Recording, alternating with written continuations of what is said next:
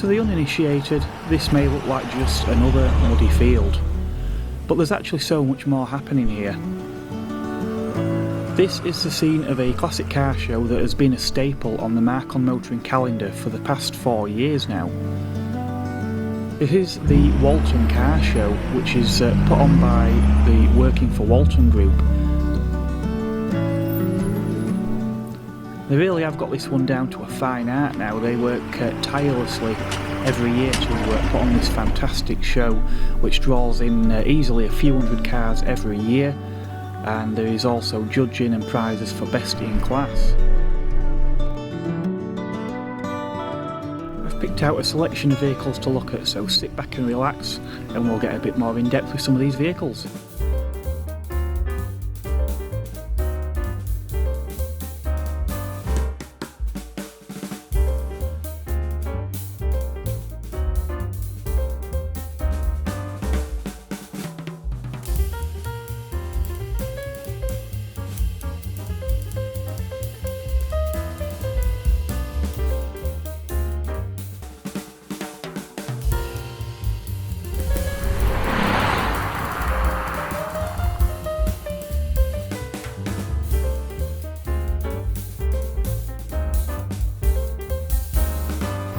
Good morning, you join us from Walton, where it's their annual car show. Last show we did was actually down at Lock Park, where it was raining pretty much all day. And a few weeks on, and well, it's still raining. Never stops. It never stops. Yeah. But thankfully that's not deterred people from bringing out some smashing cars today. Richard, you've got this fantastic Bentley here, and quite a rare specification, I understand. Yes. It's a Bentley S1, but a rare one because it's a coach built by James Young, and one of only 17 made. Right. It was made originally. The first owner was the chairman of Lloyd's of London, and since then it's had a number of different owners. But shortly before I bought it, it had a major restoration costing £80,000. Blimey. I've had it 12 years, and the previous owner had the car for about 6 or 7 years after the restoration had been done, but he'd only done 300 miles in it before I bought it. So right. It's quite different. It's all aluminium, coach built, hand built body. Yeah. Whereas the normal S1 is a standard steel saloon. Okay. With some aluminium panels. This is totally aluminium. Right. I wonder how much difference that makes to the overall weight of the vehicle. I think it's a considerable difference actually. The standard saloon is steel. But I think the bonnet and the doors and the boot lid are aluminium on it, so yeah. I don't know, it'll probably make half a tonne or something difference to it. Which is a hell of a difference, really. I know, I mean, these old coach-built cars are really a work of art, and if ever you get the chance to see anything like this being done, you know, where they're forming aluminium sheets over wooden books amazing, and things, amazing, it's a real fine art, isn't it? It really is, yes. It's a dying trade, I think, now, but you can still find coach builders if you need any work doing on it. The only problem with something like this, if you have an accident and you damage your wing, it's impossible to find another one. Yeah, so you have to have one made. That's right, yes. Yeah. What's it like, obviously, to drive in a vehicle like this in 2024? It's very good actually, because it's automatic and it does have power assisted steering, so I can keep up with normal day traffic quite comfortably with it, yes. Yeah. What about the braking? I know that was something older cars often did struggle a bit with. It was, yes, but these have a servo which is attached to the gearbox. Okay. Rather than a hydraulic and an air operated servo, this is attached to the gearbox, so as long as the car's in motion, you have that servo assistance on your brakes. Right, excellent. In terms of power plant, what have we got lurking behind that grille? Well, it's a 6-cylinder engine, 4.7 litres I believe these 6-cylinder ones are, which is pretty good really. They perform pretty well, yeah, and much easier to service and maintain than the 8-cylinder versions of the S3 which came along later. Ah, right, fantastic. Well, that's great, thank you very much. You're very welcome. I may need your help in the comments on this one because my knowledge is a bit sketchy on vintage vehicles, especially when you consider cars like this Rolls-Royce would have been sold as a chassis and engine, and then a coach builder like Mulliner or Parkward would have done the bodywork. This I believe to be a very late example of a Rolls-Royce 20 from 1929, by this point having the vertical slats on the grille and four-wheel braking. This smaller model was actually intended to be self-driven rather than chauffeured. Now, from one coach-built car to another, we've just seen that Bentley. Here we've got a Lancia Fulvia, but this is the Zagato body car, so looks slightly different. Under the skin, essentially very much the same as the standard Fulvia. But those cars did have some quite advanced features, so they came with things like disc brakes, for example. We've also got the narrow angle V4 engine in these as well, so a really unique, charismatic car. There's no shortage of interesting Italian cars here today. We've had the Alfa Romeo Zagato SZ that I featured here a few years ago. That's a cracking car. Lovely Fiat Punto behind me, a Mark 1, don't see too many of those these days. And a Fiat 124. Now, Sam, this is your pride and joy. This car's not exactly standard, is it? No, it's had a few little, it's been petroled, shall we say, not engine-wise yet, but certainly in the suspension and handling department. So, do you want me to go run through the... Yeah, so obviously you mentioned to me before you've had an LSD on this one. Yep, so it takes the limited slip diff out of the Abarth because it never came as standard from the Fiat. So I had that done by a chap up north in Darlington, who took the whole rear subframe out, took the diff out, and it went to a gearbox specialist to have it put in. And usually they put shims in to get it to fit within the housing. Okay. Part of this one, it was more like a spacer. Oh, right, okay. Movement in the casing, but it does fit, so that's the positive, and it's been on now for probably about 15,000 miles. Yeah. Speaking of spacers, obviously a recent addition to this car is you've changed the wheels. And these are not Fiat wheels, and you've actually had to have some adapters, haven't you? Yep, so they're from the Alfa Romeo meter. They're on the 4B98 PCD, and the hubs on these, with it being a Mazda essentially underneath, they're a 4B100.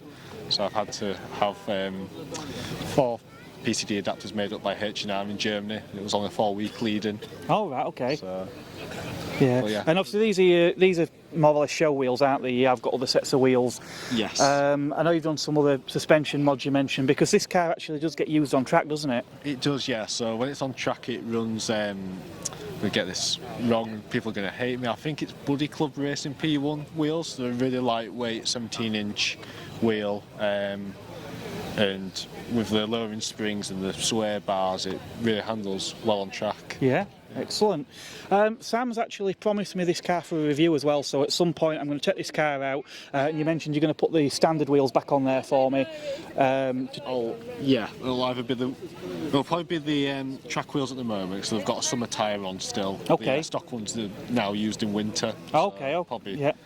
Not, you don't really want to be running it with a winter tyre, do you? I think. Probably won't bring out the best in it. Although No. on a day like today, who knows? It don't feel much like summer, does it? I know. Who would have thought it's July? Yeah, but yeah, obviously Sam does daily. This is his daily car as well, so it certainly gets some use. Right, thanks very much, Sam. Thank you very much for your Cheers. time. Cheers. So recently I was filming at Lock Park, and towards the end of the day I came across Bob and a few other guys with some classic Rolls-Royce. Obviously the weather was horrendous, and we didn't really get much chance to have a proper look at the car, so today we want to put that right. Yep. So Bob, tell us, what model have you got here? 79 Shadow 2.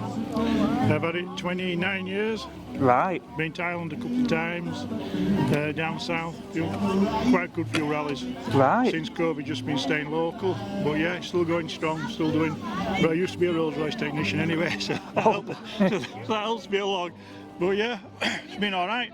People spend money on the fast forwards and things like that, but I'll still certainly get my money back from what I paid for it 29 years ago. Yeah. I'm riding around in luxury, and everybody stops admires it. So I'm come to shows like this and mix with other cars, well, they don't mind and we don't mind mixing with them. Yeah. We have a good day. And like weather's a bit, it's just the weather in this country, that's all. Yeah. When it's good, it's excellent, yeah. Yeah. It's great to know that you actually do bring the car out and use it, and that you're not afraid to travel with it. I mean, when these, back in the day when these were new, I mean, Yeah. These were built to cover distance, weren't That's they? right, yeah. Some of 150, 200,000 miles, yeah. This is coming up to 90,000, just under 90,000. That's it's almost running then. Just about, yeah. Yeah, once change oil and a good grease round every year and a good change, like any other car, give it a service. But they're better for being used regular than they have been left in garage. So a dry day winter, jump in it, and it's tax free. Yep. And you don't really need an MOT, but I always do make sure I've got an MOT. I always think if anything goes wrong, an accident or like that, it's been checked by somebody else. Yeah. But yeah, you get good fun out of it. Okay, 15 to 17 miles to gallon. But when you compare how many miles you're doing in a year, probably 1,000, if that 500 to 1,000 miles, it's no, really. Yeah. Yeah. What about parts then? Parts are not too bad because the second-hand parts market now is really good with flying spares, intra-car, breakers yards up in Thoroughbred, so you can get bits, you just hunt around, but not too bad. It's just keeping on top of things and not letting things deteriorate too much. When you let the car stood for 5, 6, 7 years, not being anywhere, then into brakes, and that's costing you a lot of money. I remember seeing, I think it might have been a Bentley that were being restored, and they started dismantling it, and it, like the bumper, he said on any other car it'd have been a bracket and a bumper and that'd have been it. Yeah. But on one of these it was a bolt, a spring, a clip, a bracket. Yeah, that's right, yeah. Well, these were built, took about 3 months to build when they built these. Right. So there was a waiting list, and when some of them, in certain, I think it was in 80s, you could get more second hand than you could a brand new one. Yeah. So that's how the market was. It was about 3 months to build, and now GT's building them in like a week. But it's turning out 30,000 a year or whatever. These, not so many in a year. Yeah. And of course you had the American market. And this one's got a velour interior in the middle, picnic tables, and a flex roof. It's got bits and bats that are different to the other cars, you know. Yeah. Did many do velour then? Or, I always imagined them in leather. Some you could have all the car in velour, obviously no creaks or leather cracking, anything like that. Yeah. Well, this one's is just seat panels and the backrest are in velour. It's all right, yeah, I like it. Yeah. I noticed this colour really stands out as well. Honey gold, yeah. Honey gold. Yeah. Again, it's a colour on most cars probably wouldn't work, and it would really date That's a car. I think if it's two-tone with a roof like this, we'll have a flex roof. Yeah. With a beige one. Most have dark browns. Well, this one came. This was sold to a doctor in Carlisle. When it was new, this was about 34,000 when it's brand new. Right. So probably now Which worth in about 70s would have been a lot of 79, money. it's back in at 70. Yeah, it came out. It was registered 1st January 1980, so it's built in 79. But then it was a lot of money, yeah, definitely. Yeah. And nowadays probably worth somewhere between 12 and 15 grand. Yeah. Even though you see a bit more money, but it's got to be exceptional. I use it. I suppose there are certain models of Rolls-Royce that are going to be sought after, and there's or that are rarer. Limited edition ones. Yeah. They're your part wards, your coach built cars. They're always going to be, but then your parts to find are going to be harder to find as well. Yeah. You've got to search harder, and you've got to pay more money for spares. So it's not to market like people like me are getting on age. The younger members nowadays, younger people are wanting the faster cars, like fast Fords, Jags, something that's quick, MGs, doing well. But then you find out like your old Jowitts, Austin 7s, Austin 8s, they're struggling. Yeah. Because people go, where's brakes on this car? But yeah, because there's too many cars on road really. Yeah. But this can keep up on motorway, 70 mile 80, no problem. So what have we got on the bonnet of this one? 6 3/4 litre V8. Up to 6 3/4. Yeah, okay. on this one, yeah. The original ones had a 6 1/4 litre, and from about 1970 they upped the engine. And transmission wise? 3-speed American GM400 automatic gearbox. Original engines were from Eldorado engine in America. Okay. Yeah, so it's an automatic gearbox which eventually fitted onto latex GS's, late Jaguars. Spares you can get pretty well everywhere, and there's a lot of gearbox people who will overhaul them quite easy. What about suspension? Are we into hydropneumatic at this point? Yeah, back end's based on a Citroen, hydraulics and that. Just if you use it regularly, you're all right. So when it's been stood, the seals get squashed. Then you get flats on them, like tyres. If they've been stood because it weighs 2 tonnes, just over. So like in the winter time, if not use it in a period of time, I have mine jacked up to take weight off the tyres, so my tyres last longer. So I don't get vibrations, things like that. It's just simple little things you can look after to make your car last that bit longer and get more use out of it. Smashing. But yeah, they're good. So Bob, as a man who knows his way around a Rolls-Royce, anyone that was thinking of getting into a Rolls-Royce for the first time, Go to a car show. Yep. There'll be a big one coming up in August at Harewood House. I think it's about 4th of August. Go there, look at as many cars as you can, look in the interiors, look at the wood, because that's expensive to do, Yep. and then decide what you want and talk to people. The people will talk to you. And any particular models that are best avoiding, or ones that are best going for that are easier to? Your later ones are going to cost you more with electronics, Yep. because they're hard to find to get ECUs, things like that, and you can't do it under bonnet. So you want something that if you can have a look and say, well, that's where the spark plug is, that's where that is, I can get to that. So on a Sunday morning, if I want to do something, or a Saturday morning, I can just get round it. Yep. But no, the early cars are all right if you're an old person and you were brought up with that kind of car. But if you're a young lad nowadays, a Shadow's a good way to start to jump in on Yeah. a Shadow. Yeah, Clouds before, nice cars, but they got chassis, separate chassis, and the bodies are bolted with mountings. They tend to rust a lot, things like that. Right. Kind of so they're the most expensive to repair. The tall bits, but you can still get Shadow bits. Spirits, a lot of people are going to see Spirits cheap now. The early ones are because of carburetors. Okay. Then after like 87 they went into injection. But you can get yourself a good Spirit, 5,000-6,000 quid, certainly for 10 grand. So if you look at a Ford, or I keep saying Ford's but like a Capri, the money that they're making, you're riding with comfort in one of these for a lot less money. Yeah. Than you would Yeah. for a Capri. It's nostalgia, isn't it? I think with the you get Fords. 4 people and things like that. And if the parking space there, it's power steering, easy to park. Yeah. They're easy to park. Yeah, I've got a wood rim steering wheel on this one. Different bits on back door mirrors. It's got lots of stuff that I didn't have in those days, you know. But Yeah. they're all right, yeah. I like Smashing. it. Yeah, it goes all right. That's great, thank you very much, All right, Bob. no problem. Cheers. I do like a nice Porsche, and this particular model here caught my eye because this one is a 968. Anthony, this is your car. It is indeed. So tell us, how did you come by this one? It just caught my eye. I had a Peugeot 205 before this, and I always like something that you see on the road that is very rare. So when I was just searching through Facebook like you do, window shopping for the next car, this popped up and I thought, I don't even know what that is. And I just started to dig a little bit deeper and scratch the surface and realised there's not many of them about, and they only made them for a very short period of time, and I thought, right, 205's going, I'm going to get this. Yeah, Never I had a think they had Porsche. a run of about 4 years, didn't they? 91 through 95, I think. Not even that, less than that. Was it less than that? 93, 95, yeah, just Right. 2 years. So yeah, these obviously, the body structure-wise, they do bear a strong resemblance to the 944 that came a decade or so earlier. Obviously, the 968 is an evolution of that. Quite a few changes under the skin, though, I understand. Yeah, under the engine. I'm no mechanic by any means, but from what I understand, this has got the Variacam engine. So it's a 3 litre 4-cylinder, Yep. produces about 240 brake, 0 to 60 in about 6.3 seconds. And the Variacam engine, which gives you a good kick at 4,000 revs, a bit like the VTEC in the Honda. So great fun to drive. With 6-speed gearbox as well, means it's a great cruiser on the motorway too. Yeah, so they had a 6-speed manual or 4-speed auto in these, We did have an auto. and we've still got a transaxle, haven't we, just like in the 944s and 924s. That's right, Yeah. torque tube to the back.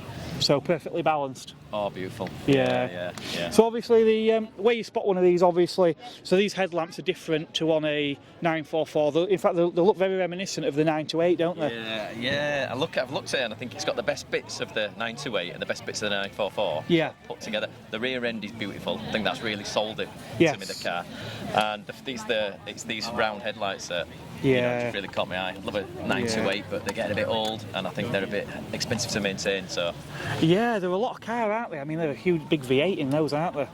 Yeah. And quite a lot of advanced electronics for the time as well, I understand. Yeah, but I mean, I was watching some the other day, apparently they've got old style fuses in there that means the electrics can be a bit of a nightmare to resolve. So Right. I think I'll stick with this for now. Yeah. So like you say, with this one, you've kind of got a lot of the 80s style that came from the other models, but it's just sort of refined. They've evolved the car, haven't they? Yeah. It's got a lot of the features that you want in a modern car, but in a nice 90s chassis. So you've got your ABS, you've got your power steering, but it's not over-assisted. Neither are the brakes. You get a lot of feedback through the wheel, and it's perfectly balanced. So great drive. Yeah. And this was, in fact, the last time we saw a front-engine Porsche, right up until the Cayenne SUV. I'm not sure. Yeah. I'm not into me SUVs. Me neither. That's someone else. As I say, I'm no Porsche expert. I've only had it for 12 months myself. Yeah. So. Obviously, the 924 was the entry-level car that was done initially in conjunction with Volkswagen. 944 and 928, really, the intention was they were going to replace the 911, but obviously it never did. No, I mean, I think this was supposed to be the 944 S3, the Yes, last that's of the right. 944, but I think Porsche had changed it so much they just decided to make a brand new model and called it the Yeah. 968. You know, and I think Porsche were on the knees at the time. I don't think they sold particularly well. Yeah. There was the coupe. There's this, which is the Sport, only available in the UK. And Oh, there's right. the Club Sport as well. So they had the coupe, wasn't selling particularly well. Porsche were on the knees. So in order to up the sales, they created the Club Sport, which is essentially the same car, but they stripped out lots of weight. So they stripped out the rear seats, they stripped out some of the electrics, they got rid of the aircon, they shifted quite a few kilos of weight, making it a little bit faster off the line, but it also brought the price down. So it was actually a bit cheaper and a bit more track orientated. But now, tables have turned. It was the cheapest when it was sold. Now it's the most expensive as a Yeah. Club Sport. But when they came over to the UK, I don't know why they came up with this idea, but you had the coupe base model, you had the Club Sport, and in Britain they decided to take the Club Sport and then put a few of the comforts back in. So they put the rear seats back in, Oh, and put right. the aircon back in. So Yeah. you've got the chassis, you've got the engine, you've got the brakes, you've got suspension of the Club Sport, so all the fun bits, but with a couple of luxuries as well, and that's where the Sport comes from.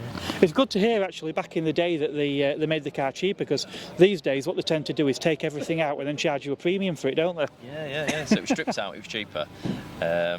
But yeah, I think this is the best compromise, best one. Excellent. Well, that's great. Thank you very much. You're welcome. Cheers. So I've mentioned on video previously that for many years I've been a member of the Institute of Advanced Motorist. I'm quite surprised today when I saw this gazebo manned by a few old friends. Jan, it's been quite a few years since I last saw you. Yes, it has, when we used to be the old Wakefield Advanced Motorists. That's right. But now we combined with several other groups, and we're now forming Mid-Yorkshire Advanced Motorists, and we have a much, much bigger territory. Yeah. So we now go from north of Skipton down to the Wakefield-Barnsley border, west as far as the Pennines, and east about as far as Goole. Yeah. So we have a huge territory now. Yeah. Ultimately, though, the mission's still the same, isn't it? To promote safer driving. It is, yes. That's the main idea behind the Institute of Advanced Motorists, is that we help people to become and remain better drivers. And with the way that traffic has changed over the years, the traffic has changed, driving has changed.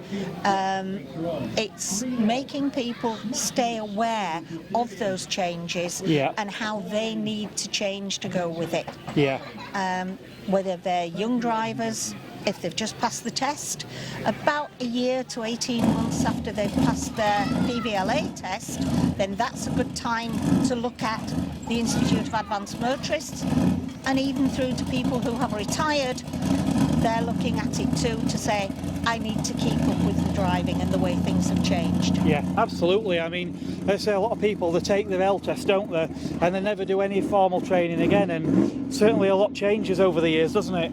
Well, most people, if you asked them and said, when did you last look at a book of the highway code, they'd say, oh, 40 years ago when I passed my test. Yeah. And there's a hell of a lot changed in that time. So it just, as I say, it just makes people more aware, but it also increases their awareness of what's going on around them, and it's that awareness that makes you ready for whatever may occur. Yeah, and I remember having associates come through the group, some who were perhaps more nervy behind the wheel and wanted to gain confidence. Yes. Obviously people like myself who probably got a bit more of a lead foot, but you know, the structure, the process that we go through, it teaches us how to read the road better and how to actually make safe progress. In fact, it's almost encouraged that an advanced driver can make swift progress on the road. Absolutely. Can make swift progress and can also be more economical. Yes. With the petrol or diesel consumption. That is a proven fact. But for me, as well as that, it's the anticipation. You almost sense that somebody's going to move without signalling. Yeah. Somebody's going to turn out in front of you, and you're aware of it. your anticipation is much heightened, and you're stepping back and waiting for it to happen almost. Yeah, and it's a proven system, isn't it? Because obviously we're working to roadcraft, which essentially it's what the police drivers use. Yes, it is. Yes, it's certainly a big step up from the DVLA test. It isn't police standard. We don't do the speed courses and the skid courses, but what you are taught to do is read the road and other drivers better and be aware of what's coming. Yeah, excellent. That's the word really that's important for me, is the anticipation. Yeah. So anyone that may be interested, and you should be, because you're out in your pride and joy, and you spend a lot of money probably on your cars, polishing them and doing other things. So why not invest a little bit in your own skills to make you safer out on the road? So if someone wants to come along now, I know we used to do the skill check drives, and then we ran a course of a number of weeks, didn't we? Yes, we can't do that anymore because we just don't have the facilities, we don't have the place to do that. The best thing to do is look on the website. There is an IAM website that will give you all about it, and our group, Mid Yorkshire Advanced Motorists, also has a website, so you can look on those. It will give you all the information you need to know. You can join either by telephone or by internet. Join direct to the IAM. I'll get the bad part over. It's £200, but that includes your tuition, your test, the cost of your test, the cost of your first year's membership of the IAM, and the cost of your first year's membership of Mid Yorkshire. Right. All that for £200, and the knowledge that you're going to be a safer and better driver. Yeah. So it's worth thinking about. Definitely. And can I just say, for those people who have youngsters, there is now a course called Pathfinders for 15 to 17-year-olds. It's held at the moment at Rufford Airfield, the old airfield, and it's a week's course, and that teaches the youngsters how to handle a car so that when they do get their provisional licence when they're 17, they're up and running already. Excellent. So Pathfinders is worth looking for as well. Yeah, that's great. So yeah, that's smashing. Thank you very much, Jan. Thank you. Yeah, I would, like I say, really would encourage anyone to do it, because through the IAM you really are getting a skill for life. It is. Thank you so much. Thank you. It's getting increasingly difficult for me to find cars at these shows that I've not featured in some way before. One such car is this Ford Puma. Now I do want to mention this one again because I've actually driven this car on the channel earlier in the year. Fantastic little car, really nice example as well. It's got that 1.7 litre engine, the one that was sent off to Yamaha in Japan, where it was tuned and got its Nacosel coating, and then it was shipped all the way back over to Germany where it went in the car. So yeah, really interesting story there. This particular car as well may be coming up for sale later this year, so if you fancy a Puma, do keep your eyes peeled. If I do anything on this one, I will try and post something up with some links. So old Fords are always popular. I think in Britain we have a lot of nostalgia for these cars. Paul, yours looks to be one of the cleanest Fords I've seen in a long time. So Mark II Fiesta XR2. Yeah. Tell us a little bit about what attracted you to this model. Well, it's a 1987 model. I was 17 when it come out. I've always wanted a Mark II. I do like the Mark I, but the Mark II is a nicer car to drive, really. This come up, it's a 30,000 miles car, genuine mileage. It's all genuine interior, spec, everything about it's the correct, apart from upgrade is the poly bushes, original exhaust.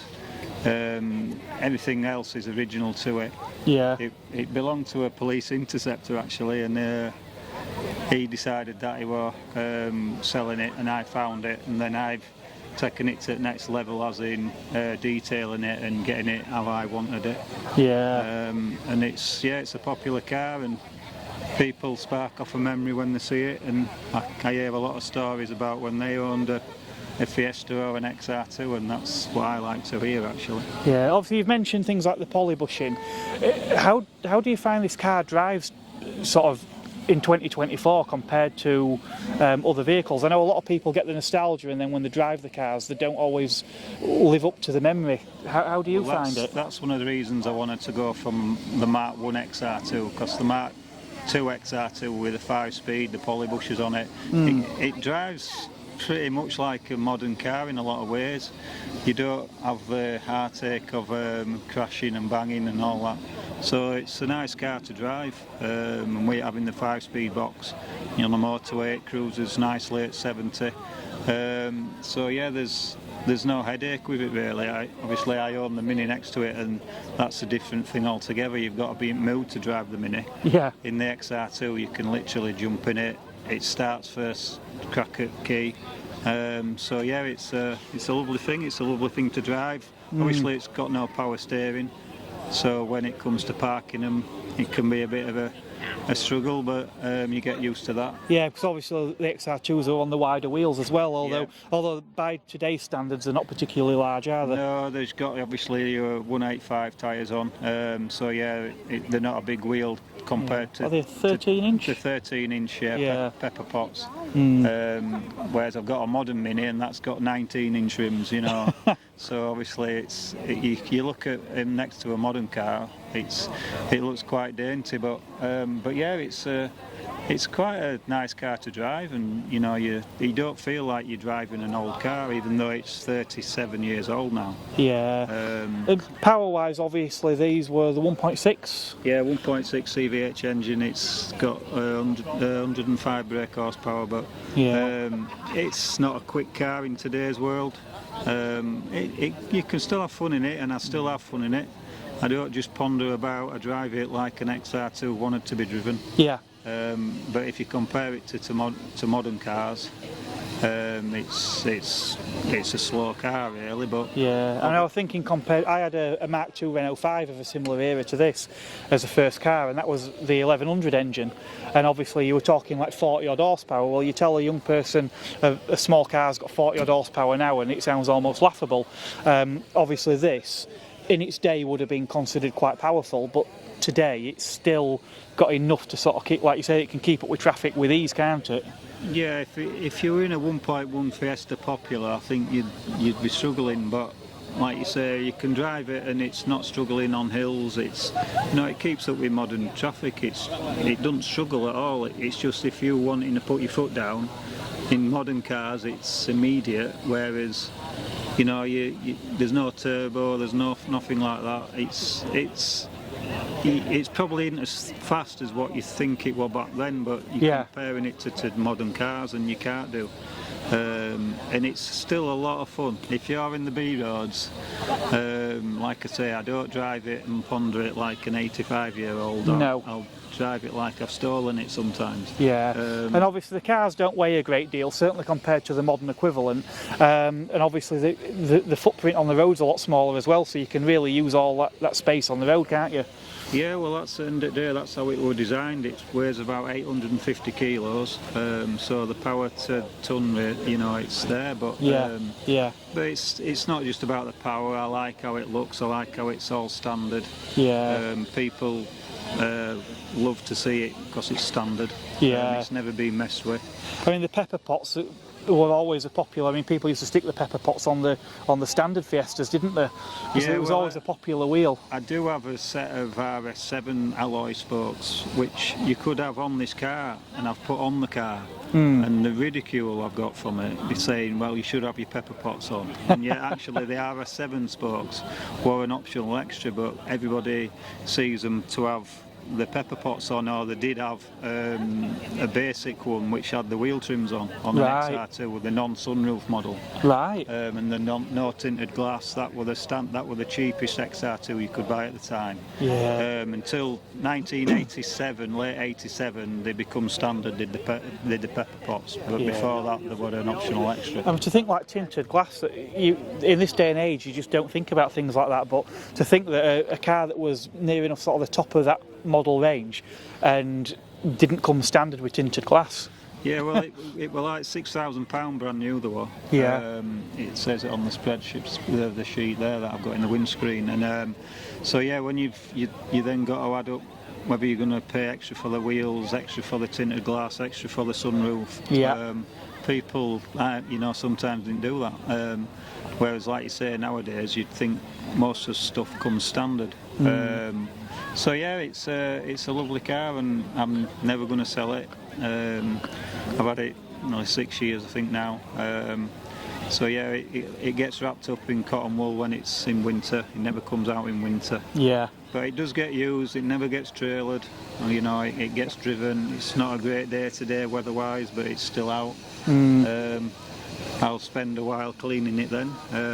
But that's the beauty of having them, and they don't stay like this if you don't look after them. No, certainly not. No, I find that myself, it's an ongoing battle. Well, that's smashing, thank you very much. No problem. Great, cheers. Many people may have dreamt of owning an XR2 in the 80s, but the reality was most of us just didn't have the budget for one. Another small car you might have considered, though, was the trusty old British Leyland offering, the Austin Metro. Now, the Metro is one of those cars that we've berated for years. I mean, they are becoming sort of popular again now, but for quite a long time we did berate them, but yet we still bought them by the tens of thousands. Chris, you own this delightful little City X. Yeah, it's I've had it for a couple of years now. So it's a low mileage. It's had about 7 previous owners, so it's not had that many. I think most of them ended up in the scrapyard or stolen, didn't they, in the day? So they did. I mean, like I said, they were worthless. They were unloved, and that's it. They just well, to be honest, the lady owner 6 got left a car by a relative on a bereavement, and she decided to scrap it. Right. Because she didn't know what to do with it back in the day, so it had 19,000 miles on it, and she scrapped it. The chap who bought it, one of the previous owners, couldn't believe his luck. To be honest with you, he got into scrapyard, had half a tank of petrol in it. It was taxed, because that was the days that you could still leave the tax on them. Yeah. And it done 19,000 miles, so he snapped it up. Yeah. So it's not done many miles. Yeah, I mean, they've gone through that stage of being so uncool they've become cool, a bit like Citroen 2CVs, and now they are fetching good money. These. They're going up in value, yeah. I mean, there were a time where tax and half a tank of petrol would have significantly increased the value of one of these, wouldn't it? Yeah, definitely. So this one, obviously, a City X, is a fairly lowly spec. Yeah, so basically they had optional extras. So this has got the digital clock, the Porsche shelf, and the headrest. Right, and it never had a radio. The near side mirror, would that have been an extra, I'm not additional? sure on the near side mirror on the options on that. I'd have to look at it, but yeah, I know those 3 were one of the optional extras. They didn't buy a radio for it, so it's not got one. Yeah. So yeah, it's decided that they didn't want to fork out for radio. It had the TDX metric wheels and tyres. Yeah. You can't get them anymore. I have still got them, but the tyres are shot. So I've gone back to the 12-inch steels. Yeah, I think they do occasionally do runs of tyres, don't they? The metrics. If they came back up, still got the original wheels, it'd be nice to put them on, but you just can't get the tyres. Unfortunately. Are these actually off an earlier Metro? Yeah, the Mark 1 early. Pre-City X, so like the base model. Yeah. I just thought they looked right. I didn't want to put alloy wheels on it. In fairness, until you mentioned it and I thought about it, I mean, obviously this is a later sort of, is this still a Mark 1 facelift of the clusters, these, or are they a Mark 2? No, it's the Mark 1, because obviously the Mark 2s have the flush headlights. Well, I know the base models had the recessed lamps, didn't they? And as you went up the range, you got the flush mount ones. Yeah, but HLEs. things like this grille, and there are some subtle differences on here. The dashboard were obviously a big change as well, weren't it, with these cars? As this, I was looking, as this one's still got the low fuel filler as well. Yeah, I remember later on they actually raised up the fuel filler because people were going around roundabouts and fuel was spilling out. If you've got a full tank, it does chuck fuel out. Yeah. Even with a proper cap on it, still chucks the fuel out if you're not careful. Yeah. So, but what are we talking engine-wise? Is it a 998 in this? A-series. A-series still in these, So A-series, obviously the later cars got the K-series. Or the Rover car, The Rover, but these are all the A-series. These are the A-plus, they call them. Yeah. I think, I'm sure it was a stronger webbing on the engine. I think was one of the difference between the A-plus and the A-series. Yeah. It's quite sad, really. I mean, the Rover Metro really was everything that the Metro could have and should have always been. Sadly, it just came at a point where everything else had moved on. Obviously, when the Metros launched in 1980 as the car to take on the world, you know, there really were an interesting car that could cut it against the competition. The later ones, a nice spec car. Yeah. The engine was a bit of the fail on it, you know, the K series. Yes, a great car. The only reason it's up for sale is because I've got 2 of the classic minis. And I don't like leaving it outside, so it stays in the garage. So when I want to work on my other minis, this has to get pushed out, and I'm just running out of room. So yeah, it's strange actually. I know for years, obviously, the minis have been quite desirable and fetching good money. The Metros, it's taken a bit longer to get there. Now, as a man who has minis and Metros, you'll probably have an opinion on this. In terms of the usability and drivability, which is the better car? The Metro. Yeah. It drives so much better than a Mini does. Yeah. Clutch is far better, you know, with the cable. More spacious, I imagine. Well, it's like being in a fish tank, you know, when you're in there, because you can see so much out of them. And yeah, just the Minis are...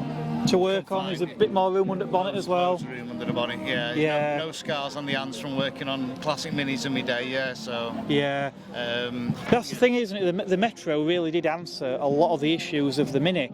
And to think when the Metro came out, the Mini were getting a bit long in tooth. They weren't particularly loved anymore. Yeah, well, the families. Yeah. The Metro was a family car because of the hatchback. You could get your shopping in the back, etc., the dog, etc. Whereas a Mini, small boot, you struggle for space. Yeah, they get 4 people in them, but nothing like these. I think it's that character of a Mini, isn't it? People fall in love with the character more than they do with the Metro, but to all intents and purposes, arguably the Metro's probably the better car. Yeah. Yeah. Minis look better. Yeah. Yeah, but the Metro, and obviously down to cost, isn't it? Obviously, you look at buying a nice classic Mini these days. Yeah. You're going to be hard pushed to find anything under that sort of price that I want for this. So. Of course. So this one's up for 3.5. Yeah. Yeah, 3.5. Or offer, you know, nearest offers sort of thing. It's an ex-TV prop, so you used to hire it out for a loan car for TV series and stuff like that. So you spent most of its life in an aircraft hangar. Right. Is this a car advertised anyway? If anyone's interested, how do they get in touch? Yeah, it's on classic car site on the internet, but I think it's on Facebook as well. Right, excellent. Classics there, but I'm not in a rush to sell it. Yeah. If I can make the room in the garage, it means I can work on my other projects. Yeah, exactly. So, but it's a nice, usable classic. Smashing, thank you. That's and if anyone's in the market for a Metro, well, this could be yours. Excellent. Thank you very much. Cheers. Now, we do all love a good Mini, and there are a few nice ones here at this show today. This particular one owned by Graham. Graham, this has been with you for quite some time, I understand. Yeah, we bought it in the year 2000 when my son was 17 for his first car. Didn't plan on getting a celebration model, to celebrate the 30 years of the Mini. It's one that became available, so you do work with what you've got. Yeah. He went to uni with it, and when he got his second car, we just parked up in his grandma's backyard, and as I say, about 3 years ago, I decided I ought to do something with it, and as you can see, went to town on it. Oh yeah, I mean it's absolutely gleaming. I mean, everything from the paintwork down to this coach line, the chrome, it's absolutely superb. Looks like you've been doing a bit under the bonnet as well, Graham. Yeah, I've kept the original engine just in case I need to go back to original numbers. But this is a 1293 with a fast road cam, HIF4 carb, so it's just a plaything now as well. But once the bonnet's down, nobody knows any different. No, it does. It does look like a standard car, doesn't it? Yeah. Yeah. So what else was added to this model then, being that it's an anniversary model? Well, obviously, like you said, the coach lining and thing, the half leather interior, special steering wheel, and that's basically it, trim-wise, just to celebrate the 30 years, 59 to 89. Excellent. They did them in cherry red, pearlescent, and black. Right. There's more of the cherry ones, but yeah. I mean, if we get a sunny day, it does really flip. With it being a pearlescent. Even today, I mean, the paint really stands out. From the crowd. Yeah. Yeah. So Alec Isagonis was known for the Mini, but also for the Morris Minor, and we've got quite a few nice examples here today. We've got Saloon back there, this lovely pickup with the canvas on the back, I really like that one, and this gorgeous Woody as well, really, really nice cars. However, we've got a few that are definitely not standard. So we've got this pickup here, this one's actually got a 1275 engine dropped in there, obviously got the Mini Light style wheels on there. It's actually had this pickup bed put on the back and the exhaust stacks, so yeah, certainly not your standard Moggy. But if you want something even more bizarre, take a look at this one. So two-door saloon Morris Minor. This one's actually on air ride, so currently sat down on the ground, and this one's actually got a Datsun engine in there as well, so it's certainly not like any Morris Minor I've ever seen. Obviously got quite a few mods on there, so we've got these modern LED style headlamps, this LED light bar on top. I love the sunshade on the top as well. I think that's a really, really nice touch. The roof rack and various other items on there. Even these mirrors, in fact, they're very reminiscent of the sort of JDM style. Paintwork on this car, again, wheels, everything on the area is custom. Yeah, really, really interesting to see this one out. So it's getting increasingly difficult to find interesting and unique cars to cover in these shows, but we have found quite an interesting one here with Terry's got this Marcos. Terry, I've not seen one of these for quite some time. Tell us a bit about what model this one is. Yeah, this is the Marcos Mantua Spider. It was 1989. There was only 109 of these ever built, so it's quite a rare one. Oh right, okay. Even for a rare marque such as Marcos. Yeah. So you won't see too many of these about, unfortunately. It's powered by a 3.9 litre Rover V8 engine. Okay. But this one's been stage 2 tuned, so it's pushing out a little bit more on the brake horsepower side. But you can usually hear it about 10 minutes before you can see it, so it's quite noisy. Yeah. Construction-wise, are they glass fibre body? It's a glass fibre body. Yeah. This is one of the early galvanised chassis. I think prior to this, a lot of them were the plywood chassis. Oh right. Okay. So the early Marcoses really made their name in the racing, and the plywood chassis was strong and lightweight for them. Effectively, it was like having crumple zones. The rest of the car disintegrated around. Yes. And the passenger compartment, even though it was, as I say, a wood construction, was really strong, weren't it? Exactly. Yeah. They made it very strong and very robust and ideal for racing. Yeah. So what attracted you to these then in the first place? Well, this one was actually my father's. My father had this for about 15 to 20 years. Unfortunately, due to ill health, he can no longer get in and out of it. So about 6-7 years ago, he handed me the keys and told me it was mine. Oh right. So I've literally tried to keep look after it carefully and keep it on the road. Excellent. Well, it's great that you've managed to keep it going and get it out here today. It's obviously not the best weather for driving a Marcos, is it? Well, certainly not one for the roof down. No. No. And it's starting raining again now, so I'm going to cut this one short and leave you in peace. But thank you very much. All right. Thank you very much. Cheers.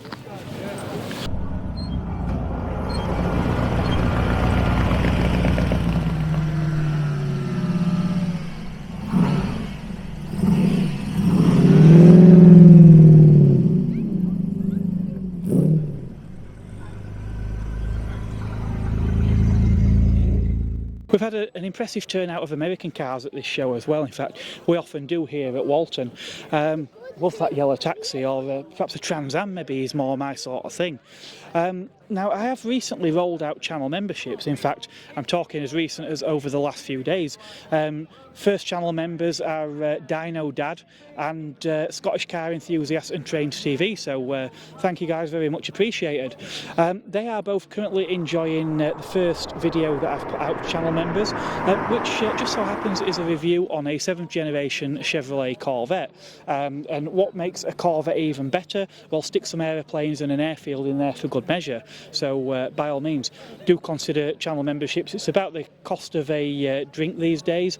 So rather than that cup of coffee, £2.99, you can have channel membership and early access to videos, and hopefully we're going to build up and throw a few other things in there as well. Anyway, back to today's show. Well, you think America and you probably immediately think yellow taxi. Si, you bought this fantastic vehicle here, and it looks like we've got a fare in there as well. Yeah, Deadpool. What I do is I use it for a lot of charity work. The car belongs to one of my friends. I get the charity work with it. I use the full Deadpool suit. Yeah. When I'm not suited up, he does all the work for me. He just hangs out a window on mannequin. So normally I'm suited up, but so it's having a rest day today. But we do it for weddings, Comic Cons, we're on copcars.co.uk, and we're also on behalf of Yorkshire Knights. So whenever they're out and about, I'm out and about. Yeah. Okay. Just a bit of basic info about the car. So what make and model have we got? It's a Crown Victoria 4.7 V8. Yep. Nice on fuel, which is, you wouldn't expect that out of a size engine, but it's lovely to drive. Yeah. It's the overdrive that gives it the cheapness, which is what I like. Yeah, because these engines were designed to, in fact these engines were designed to pretty much idle anyway. Yeah. I know there was popular as taxis and also the police as well, weren't Yes, there's also an undercover police vehicle. It's identical to this. Yeah. The only difference is it's got smaller back doors, obviously, because they don't need to get as many passengers in, it's just criminals. there? Okay. But it's an undercover police car. You won't be able to tell, you just think it was same as this. Yeah, I think they actually did quite a few specifications, didn't Yeah, they? When you yeah. really get into it with the Yeah. Crown Vics. All police cars, when they use them, because they're very reliable. Yeah. Really good cars, I enjoy it. It's a nice, smooth ride. You get looks wherever you go, which is good. You Yeah. can drive the police cars, American police cars, people don't bat an eyelid. I'll drive up motorway on this and cameras are out. People videoing you at motorway, they'll love it. Yeah. Yeah, you seldom see a standard looking Crown Vic in UK, do you? No, it's very rare to see one. Like I said, there's only this one that I know of and the other police car one. I think most of the ones I've seen have been police liveries, actually. police ones, yeah. There'll be a lot like my friends, the Lupton Zone. They do a lot of prom work, weddings and charities, and they buy them, bring them over to his country, sell them on. And then if they do sell them, they'll ring you up and say, do you fancy any prom work? There's always work for them, which is good. Yeah. Now just quickly, I've been told by my friend Dion, who didn't want to come on camera, that we've got to mention Yorkshire Knights. Yep. So Yorkshire Knights, I understand, is enthusiasts of Night Rider cars, is that right? That's where I started out. That's how we ended up friends. I've had two of these Night Rider cars. And obviously my friends have got one, and there's these two standard Trans Ams here. But we're just trying to start the hobby again, because it's such a nice hobby. Yeah. It seems to have died off a little bit, but we're trying to bring it back if we can. If anybody's got one of these cars and they're into this, how would they find Yorkshire Knights? On the Facebook group page, Yorkshire Knights. Facebook group? Yeah. Yep. Just bring up on there, you'll find us, or contact Simon Reid or Dion Wood. Yeah. You can always find out about us. The more the merrier. If you've got a Trans Am, we're always happy to take you on board. Smashing. That's great. Right, well, thank you very much. You're welcome. Cheers. Thank you very much. So we don't always get the chance to feature bikes on show, but every now and again I do like to throw a few into the mix. Duncan, you own this fantastic machine in front of us, and it's picked up a rosette today. So what's this one won? I am astonished. Best in show. Best in show. So yeah. Congratulations. All right, thank you. So tell us a bit about this machine then. What have we got? Well, it's a 1930 Sunbeam. It's a Model 9. It's a pretty rare thing to start with. It's 94-year-old, but this particular one is a twin port, so it's a single cylinder, but it's got twin exhausts. Oh, okay. So it's one in, two out. So a single inlet and two exhaust valves. All right. So that were a factory optional extra. Okay. So, yeah. Did that make much difference to performance then? No, it was more of an executive type model. Most of these you could fit a sidecar on.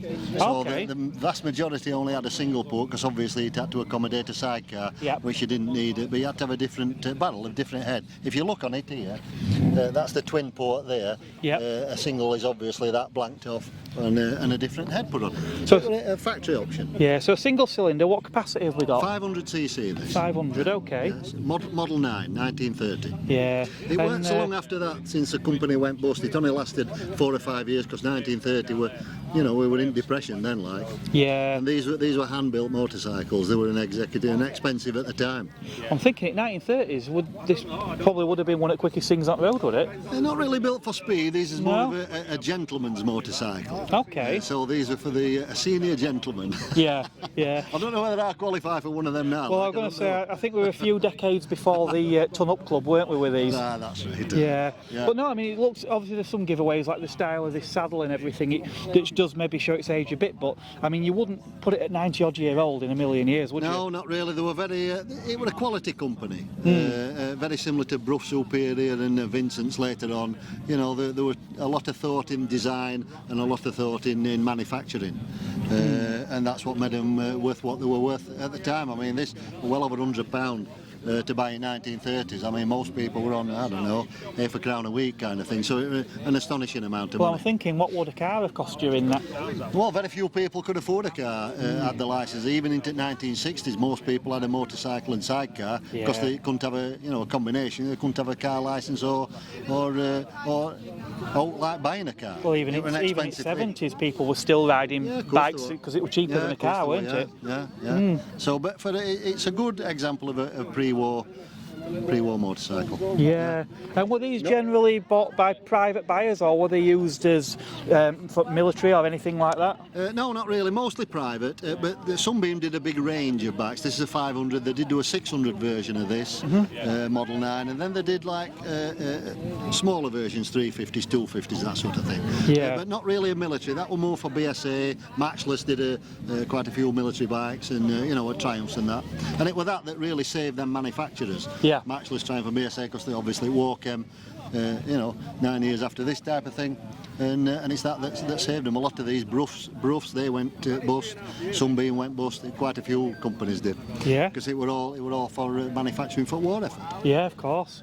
Well, it's great to see it here today and in such fine condition. And yeah, to think maybe we'll catch up with you again in a few years when it's takes its centenary. Yes, hopefully we're all still here, and job will be good, and I'll be happy to come. Smashing. I've never won out. I'm shocked. But it was worth coming out in spite of the weather then, weren't it? Yes, all good. Yeah, all excellent. Good. Thank you very much. No problem. Thank you.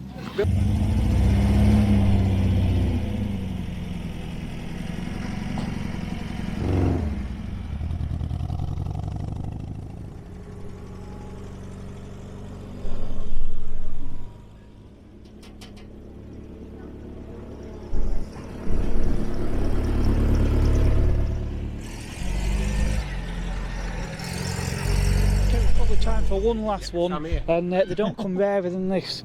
One of one, so another coach built car, Jaguar Mark 7 Phantom Coupe.